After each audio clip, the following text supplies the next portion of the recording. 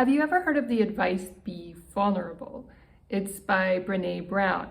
Well, today I'm going to talk about the ways empaths can be vulnerable in their relationships with people who are not so empathic, and the ways it's better not to show your vulnerability.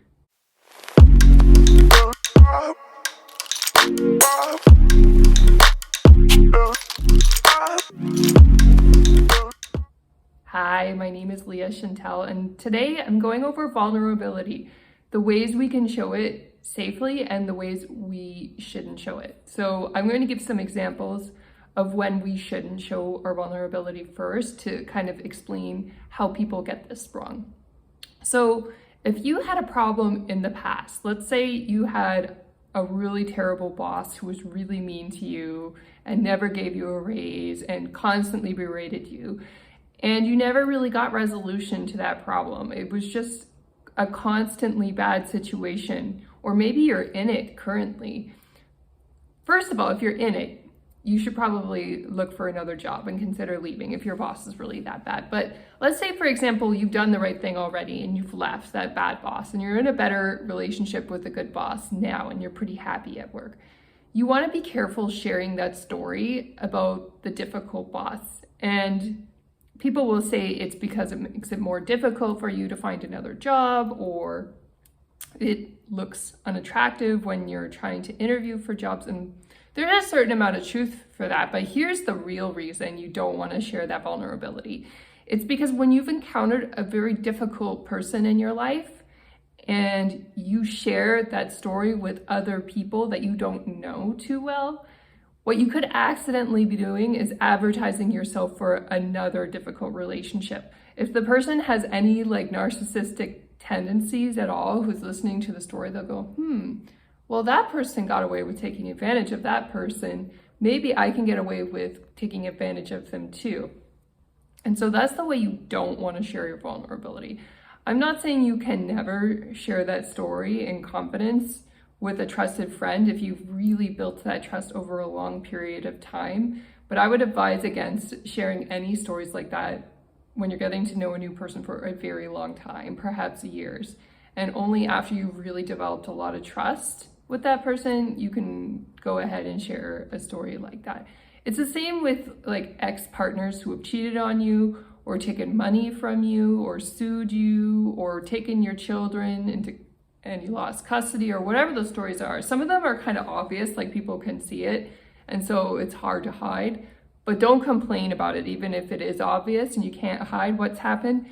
Don't complain or talk about it. Just get on with living your life and get on to bigger and better things. Work on the things that you want to achieve in your life and ignore those things that are painful. And that's actually good for your mental health too. Not that you want to completely repress and forget about them. I mean, it's good to go to very trusted sources like a really good therapist to talk about those issues in confidence, but don't advertise them in front of new people you don't know so well, or even good friends. If lately they've been behaving a little bit off, be very careful about sharing painful information to them, because people do change and evolve over time and not always for the better.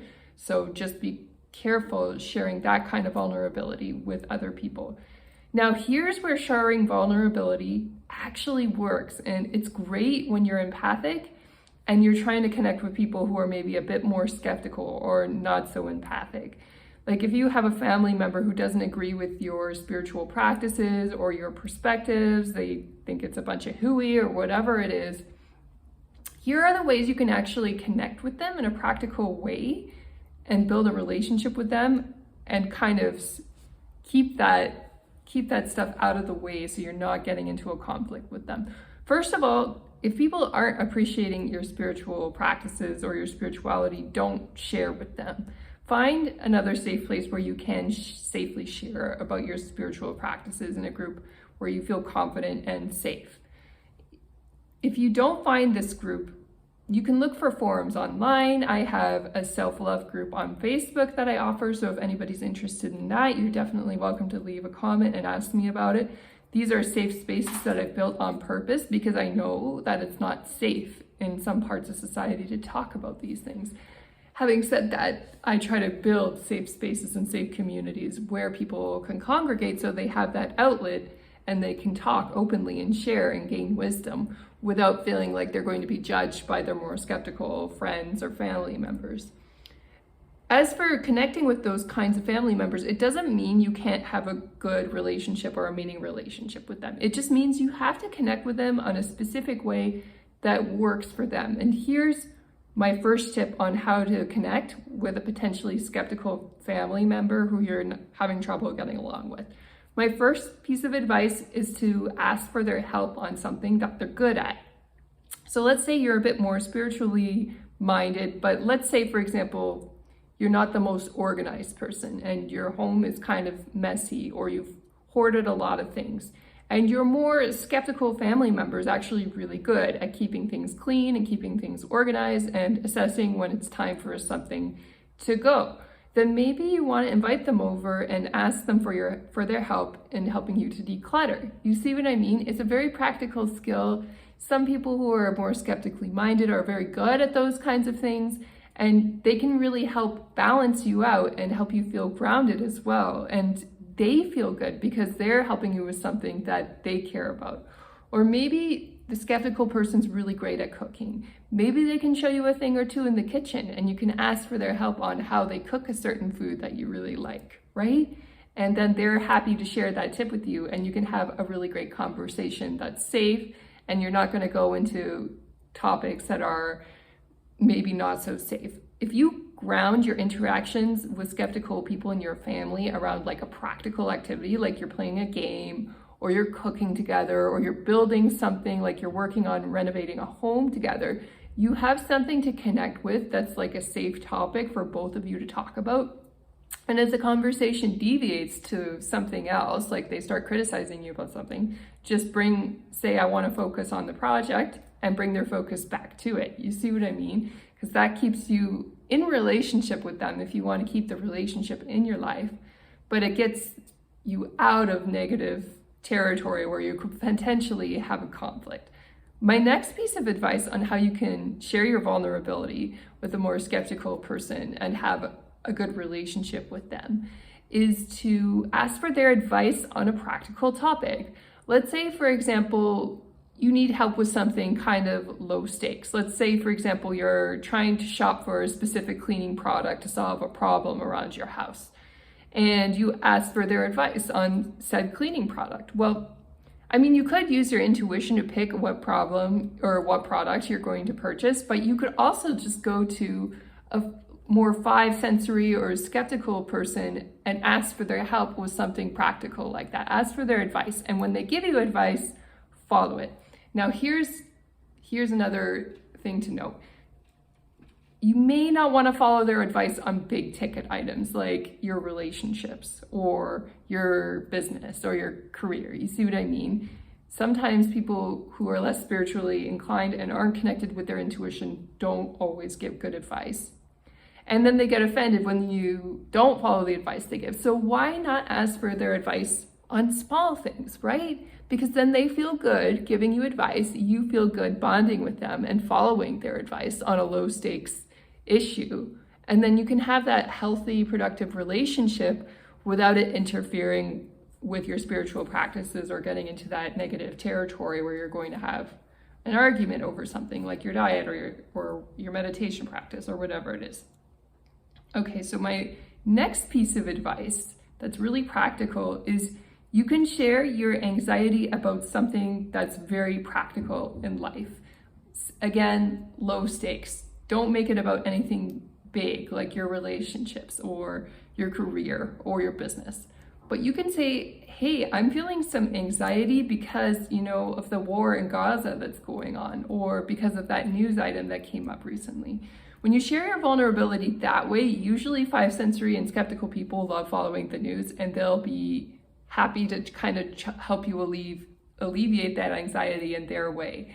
And again, it's kind of a low stakes, easy thing to talk about, and you can kind of listen to them and let them talk, and they'll feel good about giving you strategies to alleviate your anxiety over things that are going on in the news.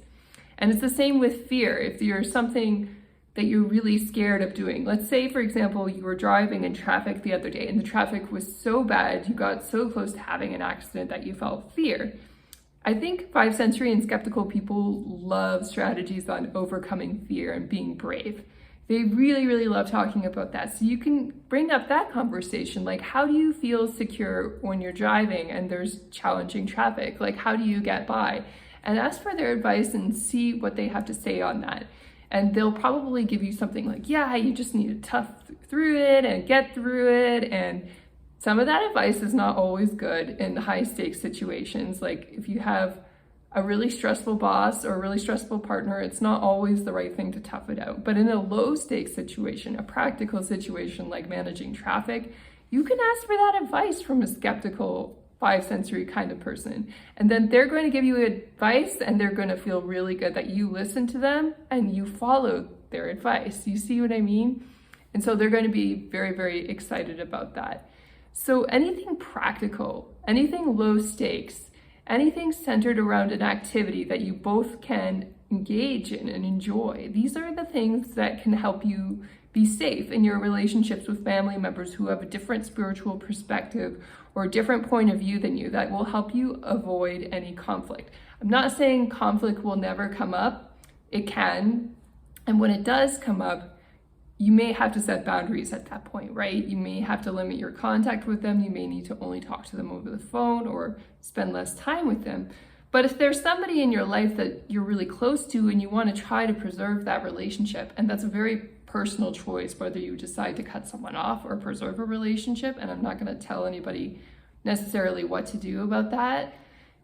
What you want to do is center your strategy around practical matters with those family members you're struggling with, or your friendships, or whoever it is in your life.